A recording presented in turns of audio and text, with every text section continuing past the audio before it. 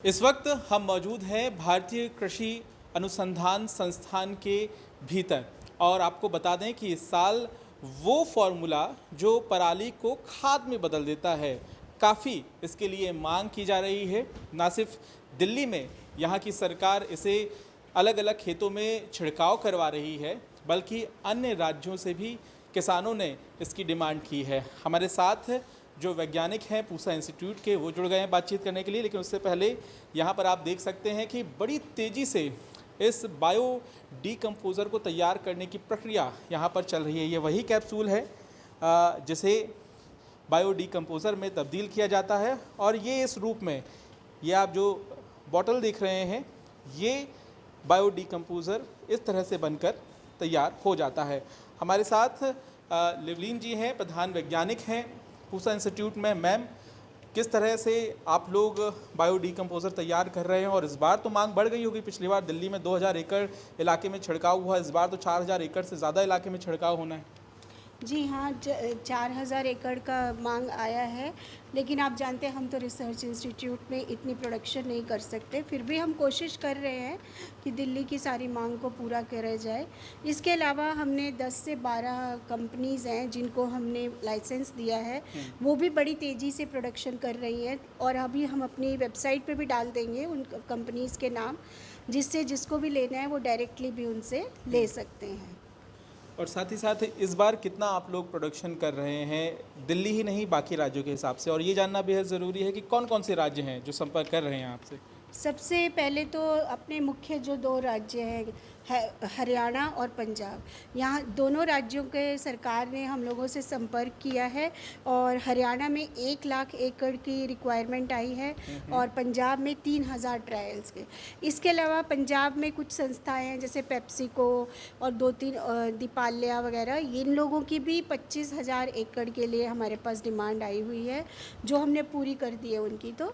और इसके अलावा कुछ किसान जो हमसे सीधा जुड़े हुए हैं, उनके यहाँ से भी हमें डिमांड आ रही है।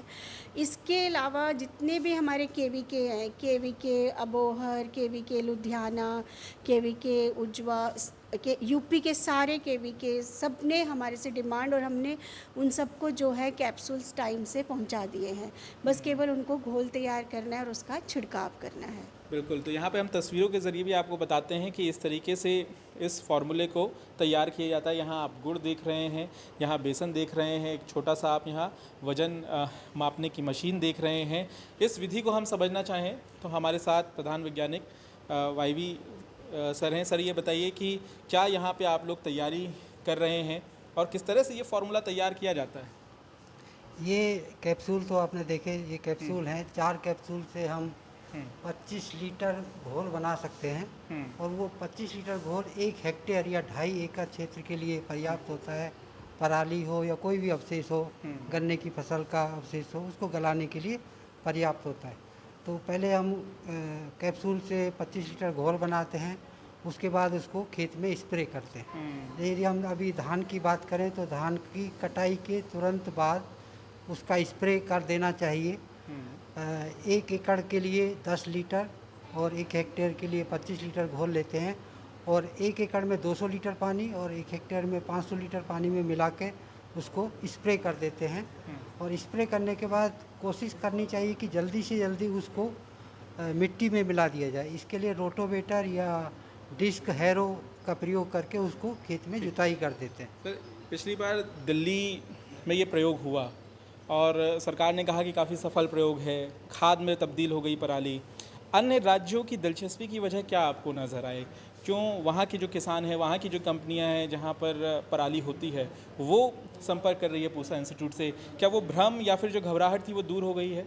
ना, एक्चुअली एक तो दिल्ली सरकार की जो सक्सेस रही उससे भी दूसरे लोगों ने सीखा है। दूसरे IRI पूसा में तो बहुत सालों से रिसर्च भी चल रहा था। इसी सभी को देखते हुए और अवशेष जलाने की समस्या दिन ब दिन बढ़ती जा रही है, उससे उसका मिट्टी का की गुणवत्ता खराब हो रही है, वातावरण खराब हो रहा है, पोषक तत्व जल जा रहे हैं, इससे किसान का खर्चा बढ़ रहा है। तो इन सब चीज़ों को देखते हुए ये सबसे सस्ता और वातावरण के अनुकूल एक तरीका है जिसको प्रयोग करके, और सबसे सस्ता है, तो इसको प्रयोग करके वो अपने अवशेषों को खेत में गला सकते हैं। इससे उनका पोषक तत्वों की पूर्ति होती है, उनके जो मिट्टी में जो सूक्ष्म जीव हैं वो अच्छे बढ़भार होती रहती है और उनका खर्चा भी कम होता है। और साथ ही सर हम चलते हुए थोड़ा ये भी जानना चाहेंगे आपसे कि कीमत 20 रुपये कैप्सूल थी, 4 कैप्सूल की कीमत थी ये, तो कहीं बढ़ा तो नहीं दी आपने इस सफल बार प्रयोग के बाद? 50 रुपये उसकी कीमत है 4 कैप्सूल की, जिससे 25 लीटर बना सकते हैं। ठीक है। और किसान पिछले साल के कैप्सूल मुकाबले आपने बढ़ा दी। हाँ, थोड़ी सी बढ़ी है, पर फिर भी अभी भी बहुत सस्ता है। और 1 हेक्टेयर के लिए यदि हम देखें 25 लीटर खुद बना सकते हैं तो 2 लीटर 2 रुपये पर लीटर उनकी कॉस्ट आती है, बहुत सस्ता है अभी। और साथ ही साथ पंजाब, हरियाणा और उत्तर प्रदेश, जैसा कि वैज्ञानिक लिवलीन ने बताया कि वो किसान जो हैं वो रुख कर रहे हैं यहाँ का, इसके अलावा और भी भारत के हिस्से हैं जहाँ से किसान संपर्क कर रहे हैं? सभी एक्चुअली पूरे देश से इसकी डिमांड आ रही है, मगर मुख्य प्रदेश जो दिल्ली के आसपास हैं, पंजाब, हरियाणा और उत्तर प्रदेश से बहुत बड़ी मात्रा में मांग आ रही है। उसमें धान की पराली को गलाने के लिए और गन्ने की पत्ती को गलाने के लिए भी इसकी डिमांड आ रही है, और डिमांड दिन ब दिन बढ़ती जा रही है। उसमें सरकार भी मांग कर रही है, नॉन गवर्नमेंट ऑर्गेनाइजेशन है, और किसान खुद भी अपने लेवल पर डिमांड कर रहे हैं। बिल्कुल, तो यहाँ पर वैज्ञानिक साफ तौर से ये बताते हुए कि जिस तरह से डिमांड बढ़ रही है वो अपने आप में ही एक हैरान करने वाली बात है। और दिलचस्प बात ये भी है कि जिस तरह से अक्टूबर के महीने में पराली पड़ोसी राज्यों में जलाई जाती है, उसका धुआं देश की राजधानी और पूरे नॉर्थ इंडिया के इलाकों में देखने के लिए मिलता है। इसकी वजह से प्रदूषण काफ़ी ज़्यादा हो जाता है, जो हवा की गुणवत्ता है वो ख़राब हो जाती है। तो ऐसी स्थिति में लोग पराली ना जलाएं।